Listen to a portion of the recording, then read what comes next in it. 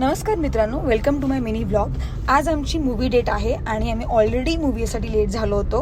आम्ही एक 15 मिनटं लेट पोहोचणार होतो. त्यामध्येही एस्केलेटर पण बंद पडलं. काही असं तरी पॉपकॉर्न आम्हाला झालेच पाहिजेत. वैभवच्या आता तुम्हाला तो टप दिसतोय, त्याने तुम्हाला कळतच असेल की वैभवला पॉपकॉर्नचा किती वेळ आहे. फायनली आम्ही थिएटरमध्ये पोहोचलो, पण नंतर कळते की आम्ही 3-4 मिनटं लेट झाले. But it's okay. मग आम्ही पास्ता सुद्धा मागवला बिकॉज आम्ही काही डिनर केला नव्हता आणि आम्हाला तेवढंच खायचं होतं. तेवढ्यात मला एवढी थंडी वाजत होती की नशीब वैभवने जॅकेट आणलं होतं, ते गुंडाळून आम्ही आमच्या पिक्चर पूर्ण केलाय. आणि फायनली हे सॉन्ग ऐकलंय गाई. मी तुम्हाला व्हिडिओच्या एंडमध्ये ह्याचा नक्की रिव्ह्यू देईन. खूप क्लास मूवी आहे हा. आम्ही आमचा मूवी संपवला आणि त्या मूवीबद्दल डिस्कस करत होतो. इथे पुन्हा वैभवनी मला अशी छानपैकी प्रिन्सेस ट्रीटमेंट दिली आहे. मी तुम्हाला एवढंच सांगेन गाईज की ज्या प्रकारे रील्सवर त्यांनी पोर्ट्रे केलंय किंवा हे जे लोक रडतायत, झोपतायत, रडापडी करतायत, तसा मूवी अजिबात नाहीये. सयारा मूवी खूप सुंदर आहे. तुम्हाला खरं सांगायचं तर आम्ही दोघांनी सुद्धा डिसाईड केलं होतं की यार ही नको आहे, फालतूगिरी चालू आहे, नको झाला बघायला, पण नरसिम्हा किंवा दुसरा ते बघू. बट मी एन मोमेंटला असं वाटलं की नाही यार बघू सह्यारा, आता कधी पण तो थिएटरमधून जाऊ शकतो. आणि आम्ही आज जाऊन बघितला.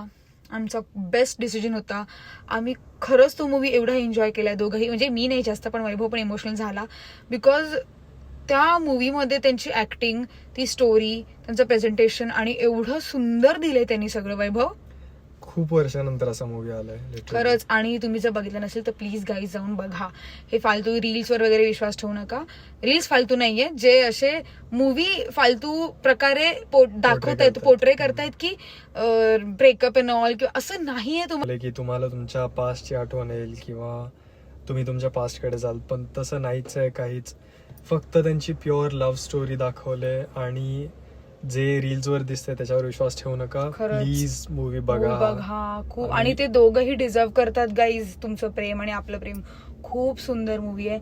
मुळात सगळ्यात म्हणजे आता सगळ्यात जे इम्पॉर्टंट गोष्ट आहे, जी आत्ताच्या पिढीचं जे प्रेम, ज्यांच्या प्रेमाचे डेफिनेशन आहे ना, ते पूर्ण घालवू शकतं हा मूवी. जर त्या पिढीने हा मूवी पाहिला तर म्हणजे प्रेमाची पूर्ण प्रतिभाषाच त्यांनी बदलून टाकली आहे मूवीची. खूप सुंदर मूवी. फक्त काही रील्स बघून या मूवीला जज करू नका प्लीज. आम्ही ती चूक करत होतो आणि तुम्ही प्लीज जाऊन बघा.